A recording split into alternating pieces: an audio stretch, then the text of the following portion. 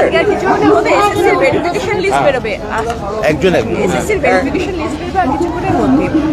আগের ভেরিফিকেশন লিস্টে দেখা গেছে কয়েকজন যোগ্য ছিল না, এবার যদি থাকে তাহলে সেক্ষেত্রে আপনাদের পদক্ষেপ হবে। না, আমি তো আগেও বলেছি যে পুরো প্রক্রিয়া শেষ হবে এবং এসএসসিকে আমি অভিনন্দন জানাবো যে আজকে নবম এবং দশম শ্রেণীর রেজাল্ট আজকে বার করেছে এবং ভেরিফিকেশনের দিকে যাচ্ছে। প্রসেস শেষ হওয়ার পর আমি এখনও বলবো যে সামান্য মুষ্টিমেয় কিছু বাকি থাকবে সেটা নিয়ে আমার সঙ্গে মুখ্যমন্ত্রীর এক প্রস্থ আলাপ আলোচনা হয়েছে এবং মুখ্যমন্ত্রী তাদের ব্যাপারে যথেষ্ট কনসার্ন।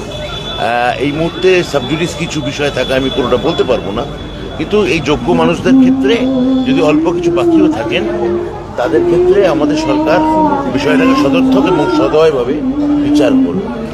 আজকে তালিকা প্রকাশ করছে স্কুল সার্ভিস কমিশন, বললাম তো। হ্যাঁ, আমি বলছি যে আপনারা 31 ডিসেম্বরের ডেডলাইন ছিল সুপ্রিম কোর্টে, সেটাকে করা যাবে? কারণ আজকে যদি তালিকা প্রকাশ না, আজকে তো এসএসসি মুভ করার কথা আমি যতদূর জানি। স্কুল সার্ভিস কমিশন আজকে মুভ করে হয়তো সামান্য কিছু সময় বাড়তি চাইবে যে 31 ডিসেম্বরের মধ্যে যদি প্রসেস শেষ করতে তারা না পারে। এবার এটা কতদিন চাইবে বা না চাইবে সেটা এসএসসিকে আমি বলেছি, আমার সঙ্গে এসএসসি মিটিংও হয়েছে।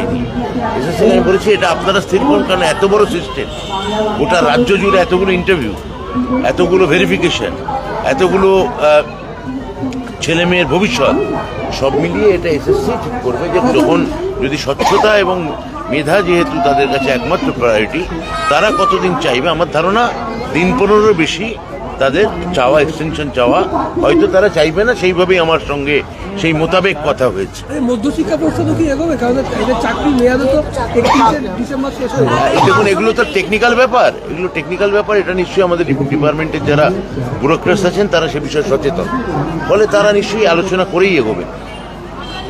বলছি আজকে বিচারপতি অমৃতা সেন একটা অর্ডার দিয়েছে যে 2016 সালে যারা ওয়েটিং লিস্টে ছিলেন তাদের বয়সজনিত কারণে তারা ইন্টারভিউর অর্ডার দিয়েছে। সেটা এসএসসি নিশ্চয়ই এই রায় পজিটিভলি নেবে এবং এসএসসি নিশ্চয়ই রায় খতিয়ে দেখে মহামান্য বিচারপতি যে রায় দিয়েছেন সেটা তারা গ্রহণ করবে। আর লাস্ট হচ্ছে আজকের পর, মানে আজকে যেহেতু 9-10 তালিকা বেরিয়ে যাচ্ছে, আজকে স্পষ্ট হয়ে যাবে যে কারা চাকরি পাচ্ছেন কারা পাচ্ছেন। সেক্ষেত্রে আপনি সেই চাকরি প্রার্থীদের বা যারা এতদিন শিক্ষক ছিলেন চাকরি হারিয়েছেন তাদের কি বার্তা দেবেন? আমি তো পরিষ্কারভাবে বললাম এক্ষুনি যে যারা আগে পুরো প্রসেস শেষ হবে, মুষ্টিমেয় যদি কিছু থাকেন সেটা আমাদের সরকার তাদের জন্যে, তারা যাতে আবার যোগ্যতার মর্যাদা ফিরে পাবেন এবং সেইভাবেই আমাদের সরকার সে ব্যাপারে খুবই আশাবাদী এবং এটা হবে।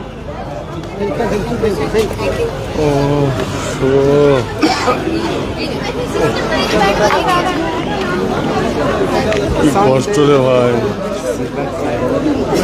এটা খোলা গে দেওয়ার সময়।